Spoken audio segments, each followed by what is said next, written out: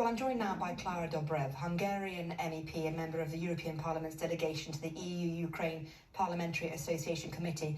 Klara, thank you so much for joining us on BBC News. Before we move on to talk about the situation in Ukraine in terms of politically, just listening to what Nick is saying there, how serious is the situation in terms of that border crossing between Hungary and Ukraine? How worried are authorities?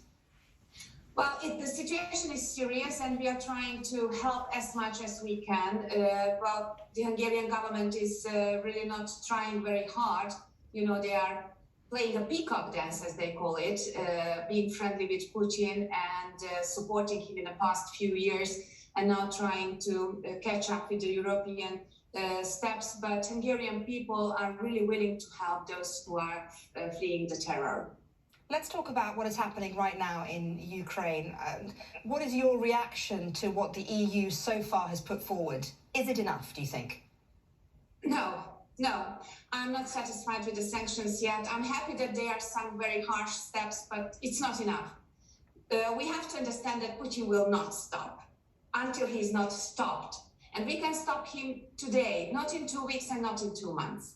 That means that we really have to make further steps in order to help Ukraine and to stop Putin, because simply his plan is to rebuild the Soviet Union. So nobody should think that he will stop now in Ukraine. He did not stop that time back in Georgia. He did not stop at the Crimea.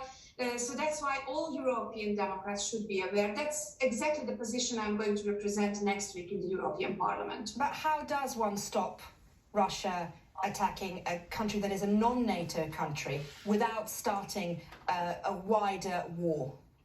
With much stricter sanctions. You should understand that we have to respect Russia, but we don't have to fear from the Russian government. The sanctions are not enough and not strong enough in order to weaken Putin's power in a short term, maybe in a middle or long term, yes. So that's why I would really urge to cut Russia off the SWIFT, the international financial system, in order to make it able to understand and to make it for him very clear that European and American and democratic world does not accept the politics what he is doing.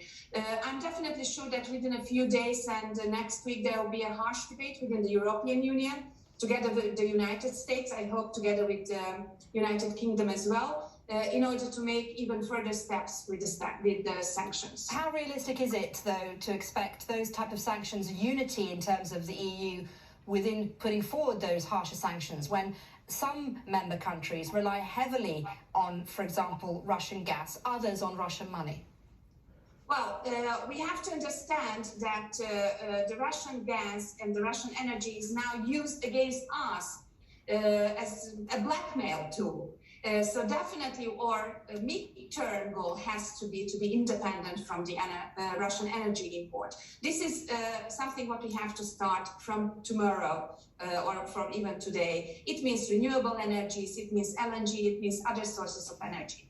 But in a very short term, I have to assure everyone in the European Union that we do have enough gas reserves for this year. It was stated by Ursula von der Leyen, the President of the Commission as well. So it means that we do have time in order to see how our sanctions are working. And we have to give hope to the Russian people as well. Look what's happening on the streets of the big cities of Russia, in Moscow, in St. Petersburg. There are people going out on the streets, thousands of them, with exact knowledge that they might go to the jail.